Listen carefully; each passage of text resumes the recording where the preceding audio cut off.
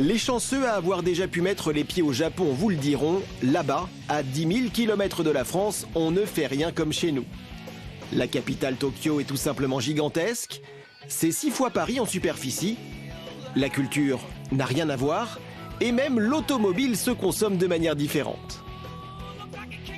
Au cours de notre voyage, du côté de Tokyo, mais également dans le sud du pays, à Kagoshima, nous avons notamment découvert l'existence des kei-cars, un type de véhicule inconnu en Europe qui représente 35% des ventes au Japon. Sa particularité, un gabarit ultra compact, digne d'un dessin animé. Regardez ce rayon de braquage, juste incroyable. J'ai fait demi-tour dans une sorte de petite impasse. C'est quand même assez bluffant. Et que dire des camions d'Ecotora, véritable phénomène tout droit sorti du cinéma japonais des années 70. Des éclairages à n'en plus finir, un look de Transformers et des habitacles complètement dingues. L'habitacle est typiquement japonais, décoré avec des éléments en bois. Même le chandelier est en bois. Enfin, le Japon, c'est également la folie des rassemblements automobiles, à l'instar de celui de Daikoku. Situé sous un échangeur autoroutier, c'est l'un des plus connus de la banlieue de Tokyo. On s'y retrouve entre passionnés pour parler mécanique. La police n'est jamais bien loin et les dérives sont monnaie courante.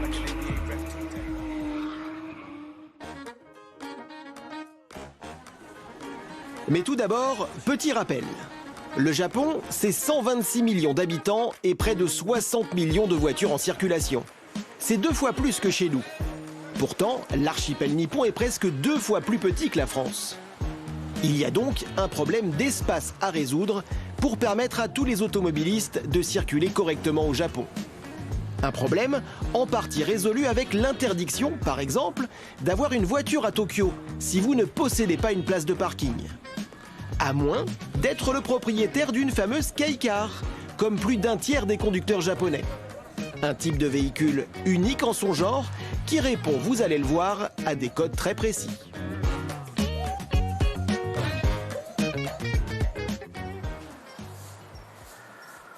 Pour pouvoir être officiellement une kei-car, votre véhicule devra mesurer au maximum 3,40 m de long, seulement 1,48 m de large, c'est très étroit, et 2 m au maximum en hauteur. Pour vous donner une idée, une Fiat 500 mesure 20 cm de plus en largeur et en longueur. C'est donc un véhicule vraiment très compact, mais grâce à cela, eh bien, vous pourrez obtenir cette fameuse plaque jaune qui est synonyme ici au Japon de beaucoup d'avantages.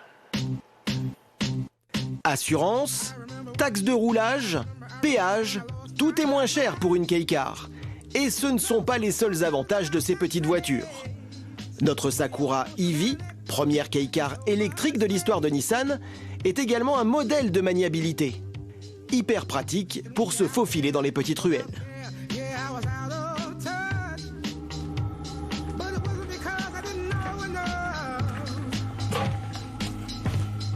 Regardez ce rayon de braquage, juste incroyable. On peut faire demi-tour dans un espace mais vraiment réduit. Alors là, on a un petit trottoir devant, on fait attention, mais on a une caméra de recul et également une caméra qui se trouve à l'avant du véhicule. Donc on voit tout. On a même une vision 360. Cette voiture est suréquipée. Et regardez, en quelques secondes, j'ai fait demi-tour dans une sorte de petite impasse. C'est quand même assez bluffant.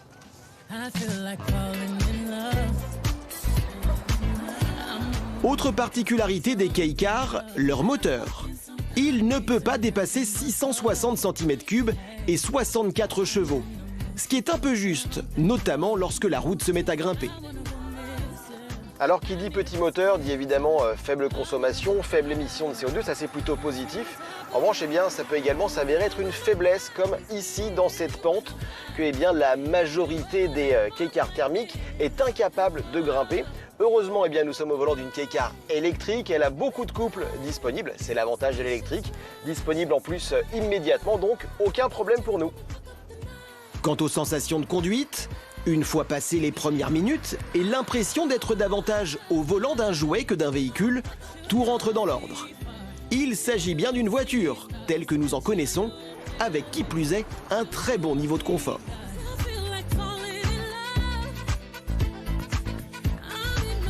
À bord, les sièges, hyper moelleux, forment quasiment une banquette à l'avant, très appréciable. Et tous les équipements modernes sont présents. Reste que l'espace en largeur est vraiment compté et que côté coffre, il faudra repasser. Bon, avec un si petit gabarit, évidemment, il ne faut pas s'attendre à grand-chose au niveau du coffre. Ça se confirme, on n'a que 107 litres de volume de chargement, mais quand même une banquette arrière coulissante. Du coup, on va aller voir ce que ça donne au niveau des places arrière. Bon, déjà, on a une ouverture bien large, c'est pratique de monter à bord.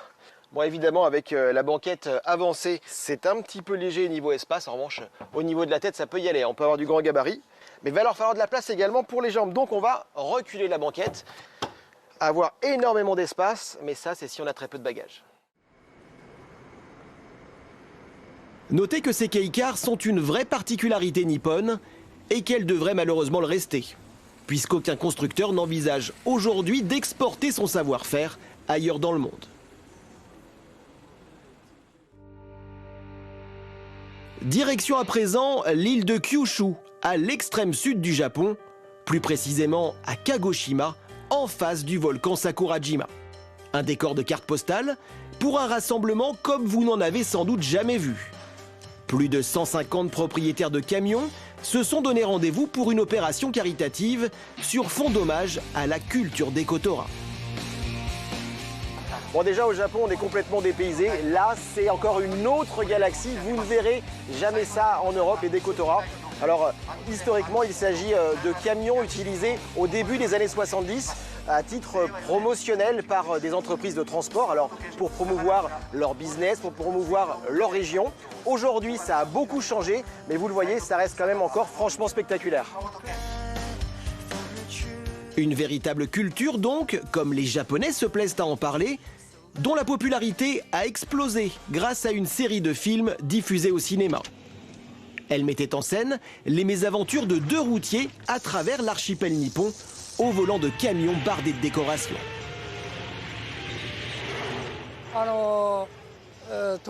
Le film Truck Hero a été réalisé il y a une cinquantaine d'années par la compagnie Toei, qui est donc à l'origine de cette culture.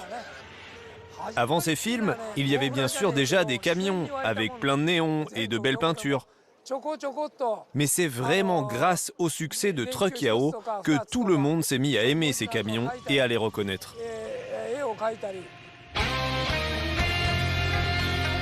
À l'origine, les Dekotora étaient facilement identifiables grâce à leurs fresques peintes à la main et leurs décorations traditionnelles en bois.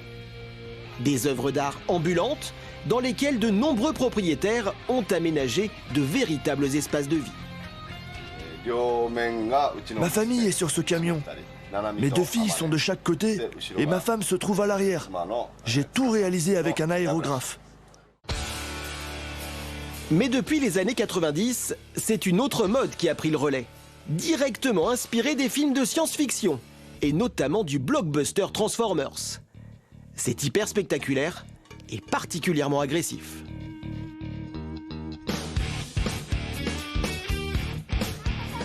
Regardez le détail, même au niveau des essuie-glaces.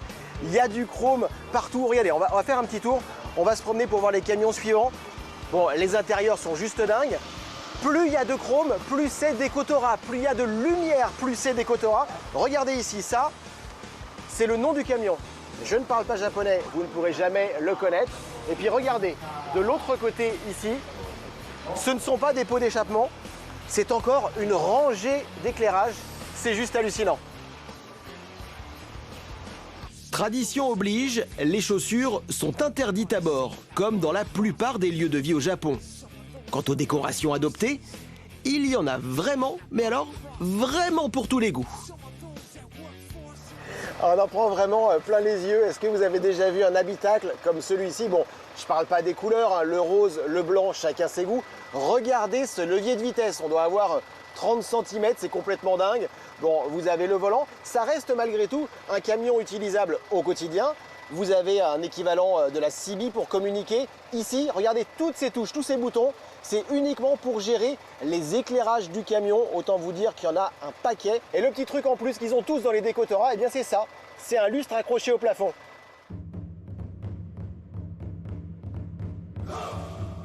« Et s'il ne fallait en retenir qu'un, ce serait lui. C'est la star de ce rassemblement. Le camion qui a servi dans 9 des 10 épisodes de la saga. On se bouscule même pour être pris en photo à son volant.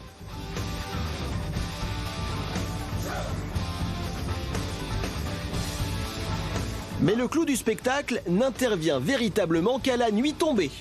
Attention, sortez les lunettes, ça va faire mal aux yeux.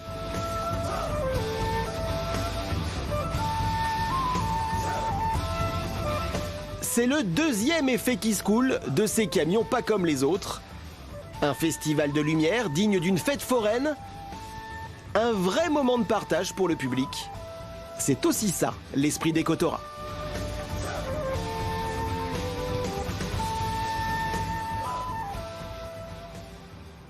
Nous voici désormais de retour dans la banlieue de Tokyo, toujours au cœur de la nuit, mais cette fois-ci au beau milieu d'un parking. C'est l'un des plus célèbres du Japon, et pour cause, il fait office de lieu de rassemblement pour de nombreux passionnés d'automobile. L'endroit est atypique, puisqu'il est situé sous l'échangeur autoroutier de Daikoku.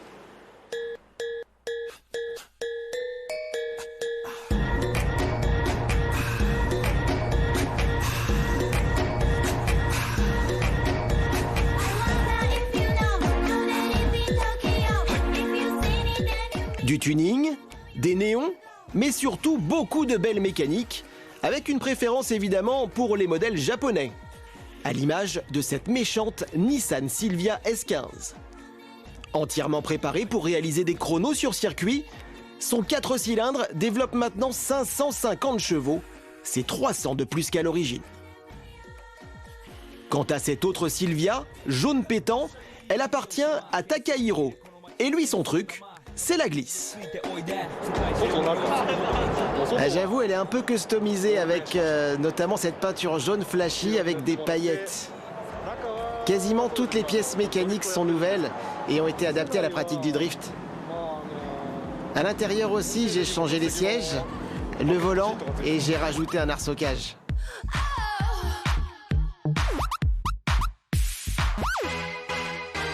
Parmi les autres curiosités que nous avons eu la chance d'apercevoir, ce bel exemplaire de Nissan Fairlady, datant de 1979. Cette Toyota GT86, style Hitacha, qui fait la part belle à l'univers du manga. Une splendide Porsche 911, couleur Martini Racing. Ou encore un quatuor d'américaine avec ses Plymouth Barracuda des années 70 dans un état quasi parfait. Ne les lavez pas, je ne la lave jamais. J'ai cette voiture depuis 25 ans et je crois que je ne l'ai lavée qu'une seule fois avec de l'eau. Sinon, je l'ai juste essuyée et j'ai utilisé des produits nettoyants.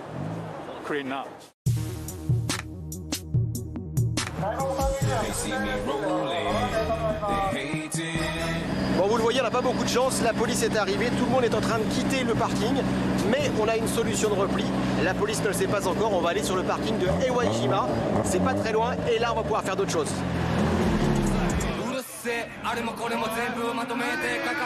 Ça, c'était notre plan, sauf que finalement, nous nous sommes retrouvés à seulement quelques centaines de mètres de Daikoku, au beau milieu d'une séance de drift totalement illégale. Une activité dangereuse, prisée des jeunes en mal de sensation, qui explique sans aucun doute pourquoi la police souhaite mettre fin à ces rassemblements.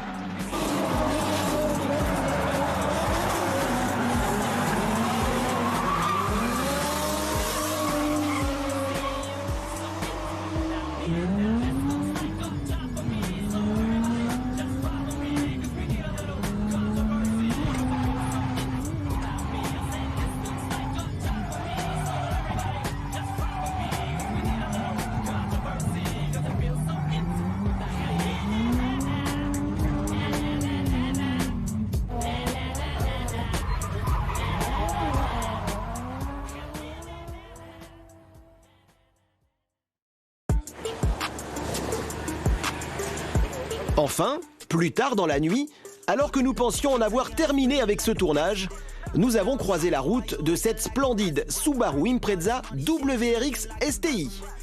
Un collector en parfait état avec lequel son propriétaire, Kino, a remporté plusieurs prix. Il m'aura fallu 4 à 5 ans pour construire la voiture de mes rêves. Les seules pièces d'origine sont les vitres, à peu de choses près.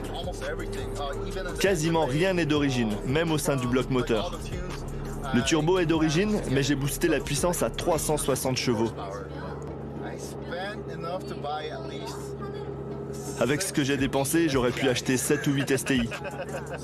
Une voiture exceptionnelle que Kino prend donc plaisir à emmener tous les week-ends sur des rassemblements pour partager sa passion avec le plus grand nombre.